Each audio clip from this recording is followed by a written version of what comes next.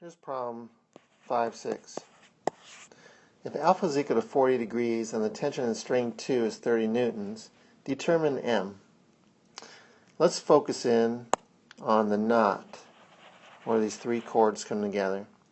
I'm going to have a tension 1 going along this direction.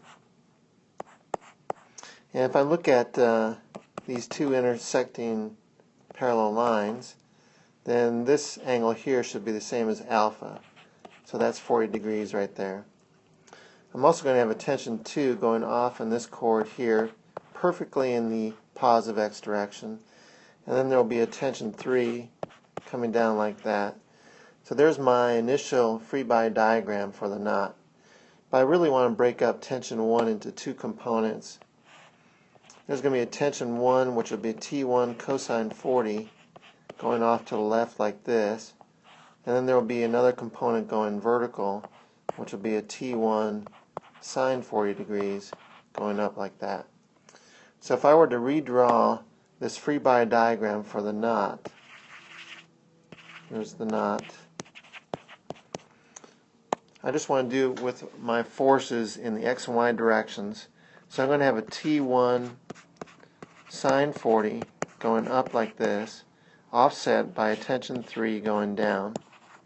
And then in the x direction I'm going to have all of tension 2, and that's going to be offset by T1 cosine 40 going off to the left. As a result of all these forces, the acceleration is 0. In other words, nothing is moving. The knot is not moving. Alright. Just want to note that all this other stuff that's happening over here is not going to matter, because we're focusing on the knot and all the external forces acting on that knot right there. So we're fine. We're just focused in. Okay. So if we look at our free body diagram, that'll help us set up our equations. And in particular, if I say that the summation of all the forces in the x direction is equal to 0, I do have forces. I got T2 going off to the right, and tension 1 cosine 40 going off to the left. So it would be true that tension 1 cosine 40 is equal to tension 2, or in other words, tension 1 is going to equal tension 2 divided by the cosine of 40. Tension 2 is 30 newtons, so 30 divided by the cosine of 40 will give me tension 1, 39.2 newtons. So that is the tension in chord number 1.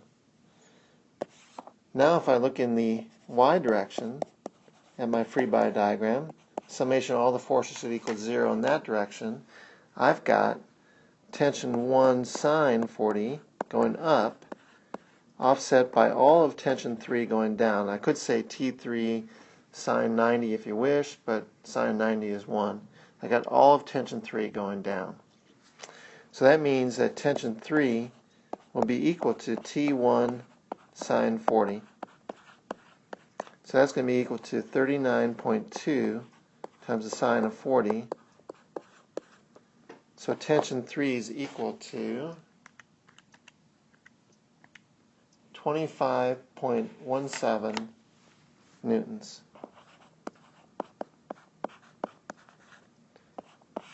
So that is the tension in chord number 3. We want to find the mass M, so I can do another free body diagram of the mass.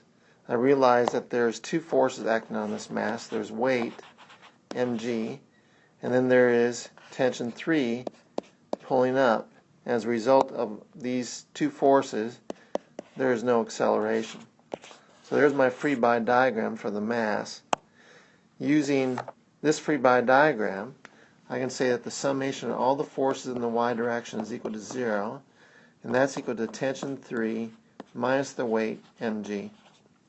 So in other words, mg will equal tension 3, or the mass will equal tension 3 divided by g. That is going to be 25.17 newtons divided by 9.8 meters per second squared, and that is 2.57 kilograms. So that is the mass that's hanging, the M that's hanging on the left-hand side. And by symmetry, that would also be the mass that's hanging on the right-hand side. In fact, everything is symmetric to that side. But we only have to worry about the forces that are acting on the objects that we focus in on. So we can do this problem by just focusing in on the knot and then the mass M. We could work this on the right-hand side as well, and we would have gotten the same answer, 2.57 kilograms.